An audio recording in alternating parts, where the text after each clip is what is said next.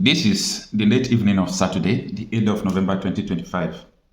I've been seeing comments like this on my videos. Do you know that Pastor Ezekiel has been kidnapped today? So almost 5% have asked me this question.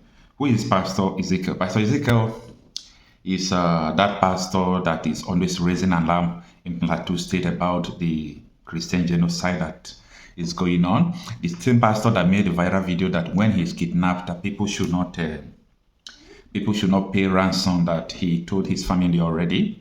So the way these people hear the news, that was the way I heard. That was in the afternoon. I have to make research. I discovered that it was a lie. And I see a lot of people posted it that the man was actually kidnapped. The truth is that nothing is wrong with the man.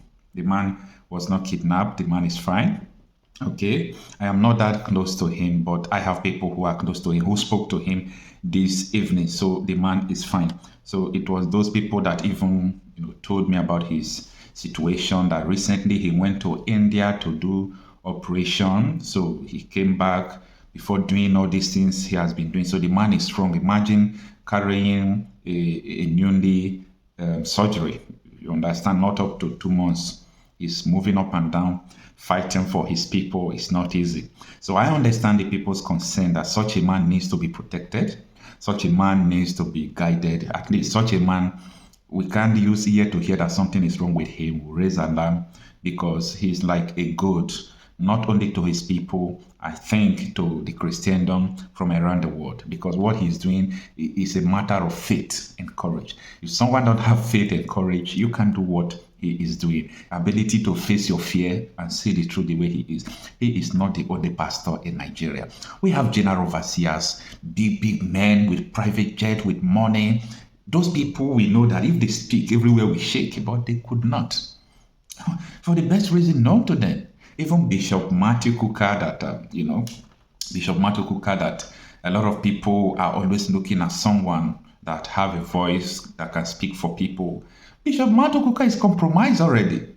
He is compromised. I understand that he was appointed by federal government into one institution and so on and so forth. So at the end, the way he speaks, what he's saying today is different from what he said before. If you have been following me, I love people who remain consistent to what they believe. You understand? If you don't believe, you are not here, be here. You can't be here today, tomorrow you are here. That is the problem Nigerians and many people have with someone like FFK and Reno Mokri. Reno Mokri today will tell you there is a Christian genocide. Once administration change and the administration that is currently on seat don't want it, he will now come out to also defend that there is no. So he's just moving up and down. That is not the kind of life that people want. So I have been looking at, looking on the general overseers in Nigeria. I say, why is it that these people don't speak? How many of them? When you count the top general overseers, that you can come out and say these people are billionaires, influential, they are up to 15 in Nigeria. But none of them, okay, to be sure, Adeboye spoke yesterday, telling Tinubu to bet Trump, to give him 100 days, that people are really dying. Adeboye spoke yesterday, okay? Who else again?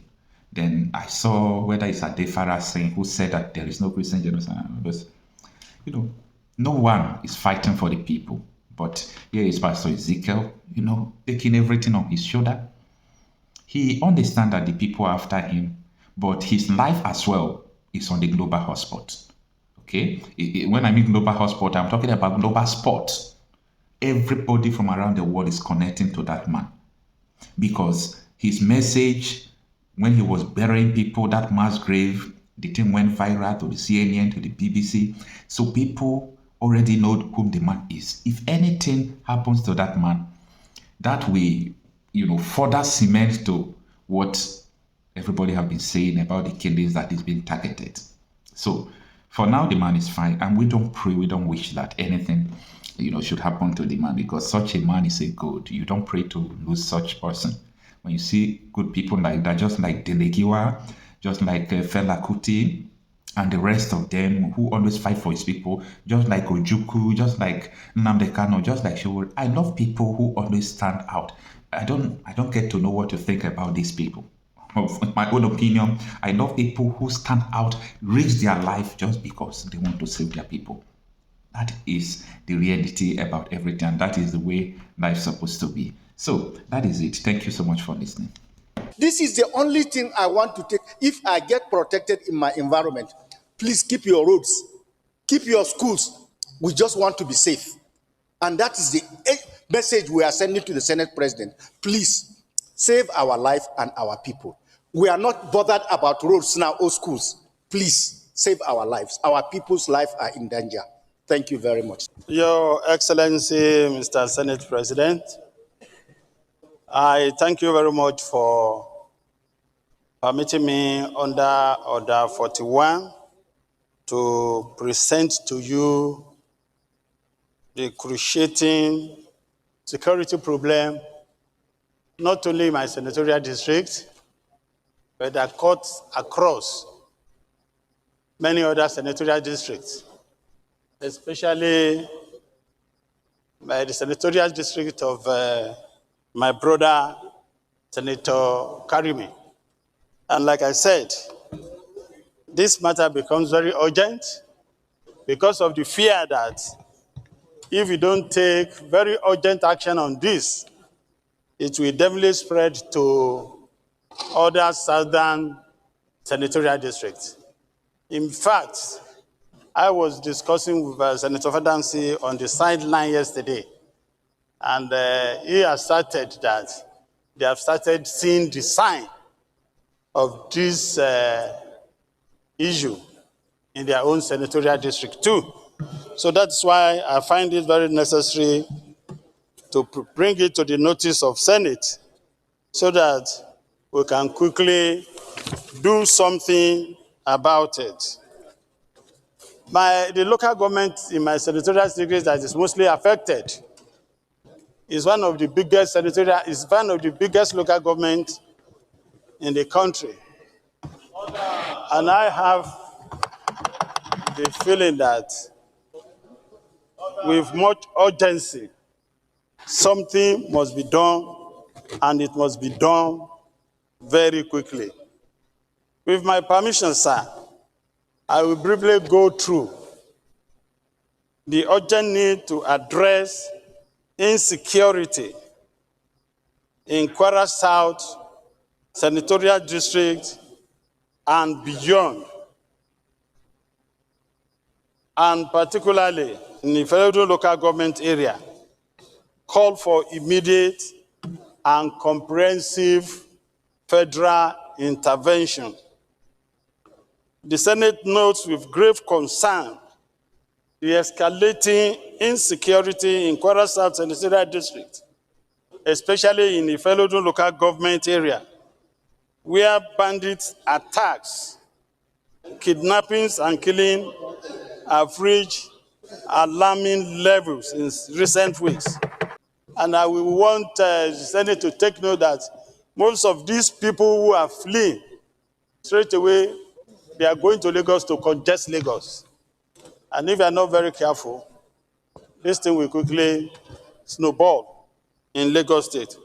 Further notes that within the last month, no fewer than 12 foreign guards and local vigilante members were killed in an ambush by armed bandits in Okeode, including a traditional ruler, Bale of Ogba Ayo community, and several other traditional and community leaders were among those slain in separate incidents in Babanda, Sagbe, Uruago, Gamu Aleri, in the Felodun local government, Isin local government, Ekiti local government, and Okeoro local government. Concerned that at least 142 persons have been kidnapped and over 70 killed in the last 12 months across Kwara South, with no fewer than 25 communities deserted due to recurring attacks, leading to severe human displacement and disruption of social and economic life. Farms have been abandoned. Roads have become unsafe. Local economies are completely paralyzed, and schools have closed, thereby worsening poverty and increasing youth vulnerability to crime. Aware that these attacks are largely perpetrated by foreign armed elements in collaboration with local informants operating from forest adults along Kwara, Kogi State, and Ekiti State boundary axis. While the federal government and security agencies have made some interventions, including sporadic patrols and raids, the responses remain episodic, inadequate, and reactive, leaving vast of ungoverned spaces under the control of the criminal gangs. Disturbed that local security volunteers and vigilantes who serve as first responders in most cases lack adequate equipment, mobility, protection, or insurance, yet continue to sacrifice their lives in defense of their communities. Recognizes that sustaining security in Kwara South, if not urgently addressed, may spread to other parts of North Central State and Southwest political zones, thereby threatening national stability. The Senate therefore resolved to urge the federal government to establish a permanent military base in Kwara South Senatorial District near the forest belt of fellow local government as rapid response up, and mandate the Chief of Defense Staff, Inspector General of Police to deploy additional troops and special units to clear the forest and return normalcy in the affected communities. Call on NEMA to immediately provide humanitarian relief to displaced persons in the Ifelovun and other affected local government area, and urge the federal government to compensate families of fallen forest guards and vigilantes who died defending their communities. Direct relevant security agencies to identify and prosecute local collaborators aiding bandits' operation in Kwara South and beyond.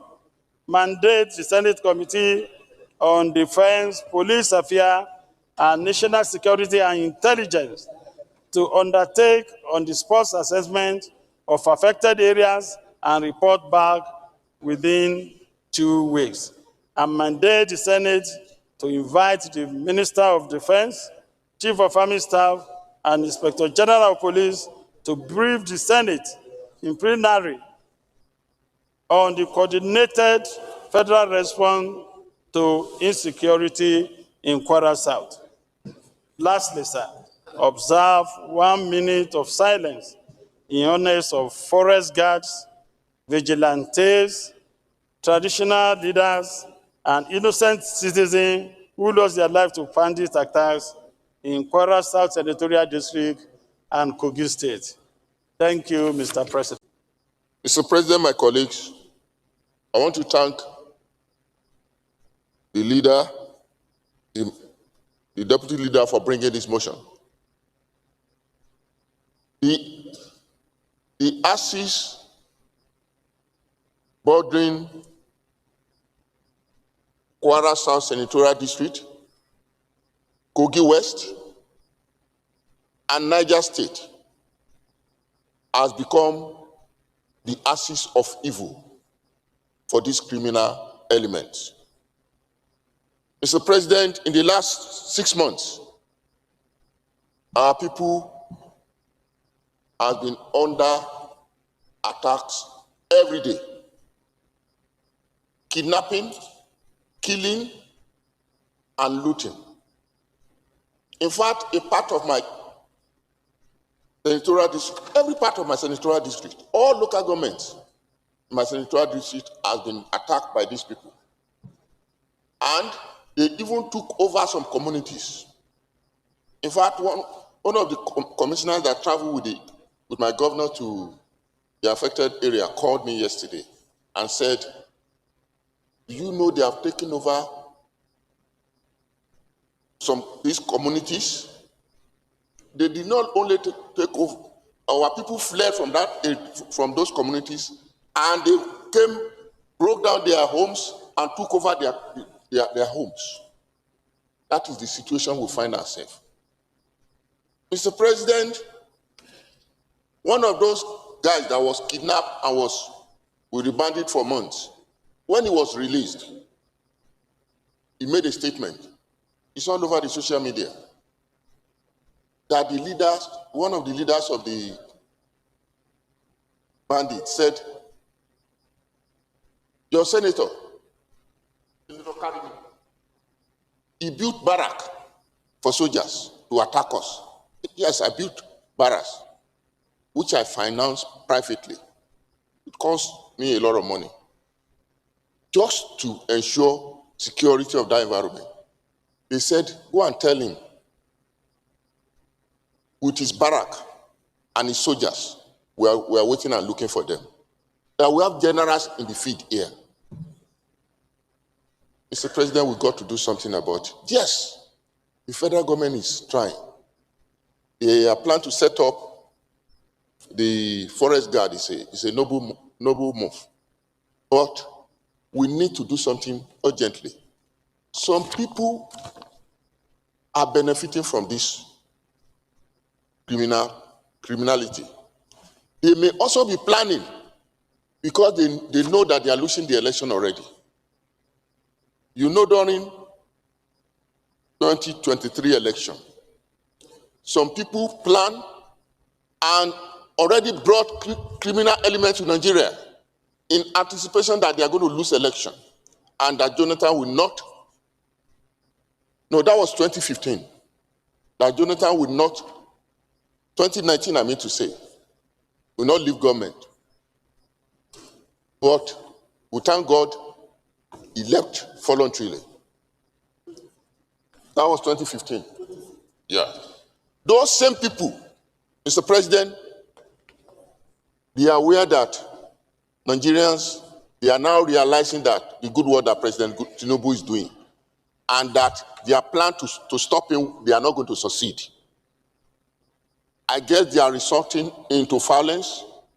They are resorting into causing mayhem. And we got to move fast and stop them because they are definitely going to lose the election and we will not allow them to bring this country down because of their selfish ambition. Our people are suffering and we got to do something promptly. Thank you, sir. I'd like to, with your permission, commend the mover of this motion for the facts he has stated with regards to what is happening in Kwara State. Like we said earlier, Mr. President, they say injury to one is injury to all. Anything happening to any part of this country affects the whole. But listening to Senator Karimi, it is true that these violent criminals are advancing towards the south. They're doing a lot of damage, as he rightly said, in Kogi State. But they have crossed Kogi to Edo North. And when the mover of this motion talk about the need to establish a military barrack, I was just going to remind him that in Edo North, in Agenebode, we have a military barrack that has been there for more than 15 years, well equipped. They even deploy people from that barrack to the northeast.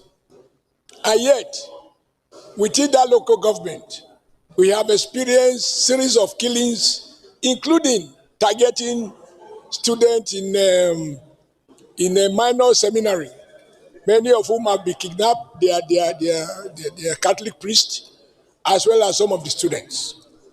I think it bears reminding the Chief of Army Staff that he has to refocus and give firm instructions to military units, at least to guarantee their area of operation.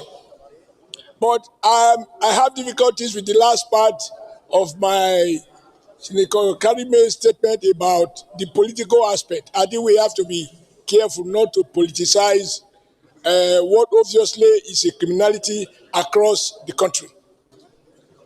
My plea, sir, Mr. President, in line with what we've done before, is to keep on reminding our armed forces that the battle is on and they must be seen to consolidate on the gains that have already been achieved. I am very sympathetic to the fact that many young officers and not so young have been wasted in their quest to defend us. While I acknowledge this laudable effort and the progress that have been made, I think it's important that we remind the armed forces that each day a Nigerian is kidnapped, particularly near a military facility, our people feel discouraged. In Okwela, where we have 2 giant cement factories, 6 civil defense officers were felled by kidnappers, 6 of them in warfare swap because they were protecting the expatriates working in that factory, and they managed to escape with 1 or 2 of those expatriates. But the men in uniform, civil defense, paid with their life, 6 of them. And that is why I have difficulties in no one can downplay that men in uniform and women in uniform are fighting hard to protect us. We just need to urge them to refocus, to re-strategize, and to recognize that if we are making gain in any war part and the criminals are migrating to another part, that is not a total gain. There has to be a strategy. I am limited by the fact that I can't lay claim to any knowledge of security. If you are pouring water from one side, it will be moving to the other side. So we need to cage them. There has to be a concerted effort to cage from the south, so they don't migrate to the south, as well as keep pushing them from the north so that you cage them at the center and find a way that means of wasting them.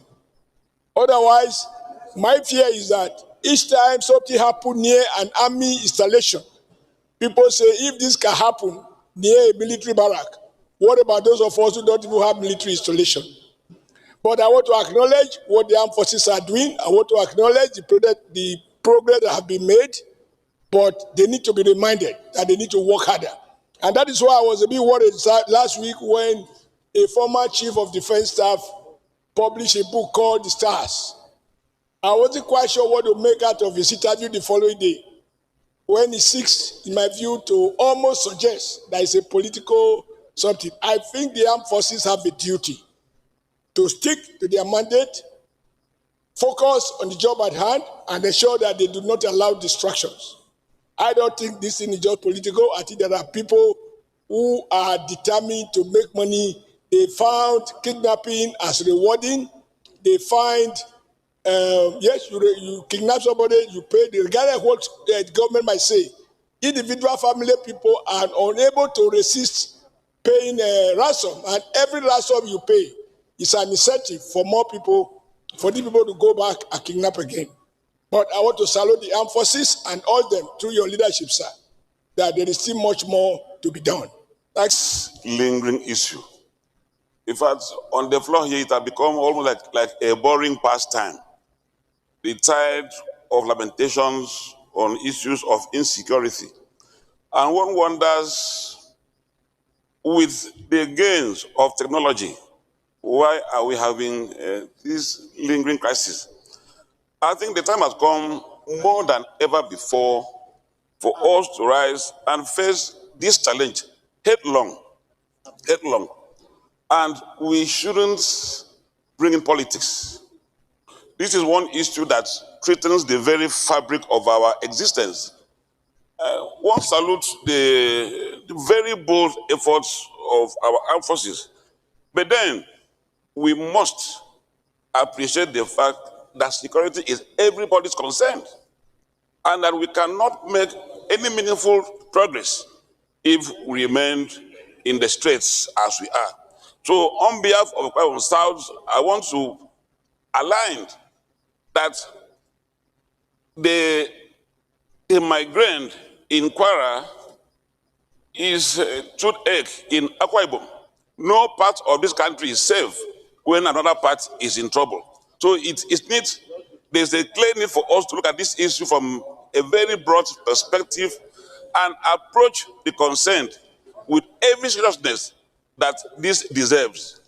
Once again, I'm worried that with the wonders of technology, we are still facing this crisis. Because this clearly is a setback to us.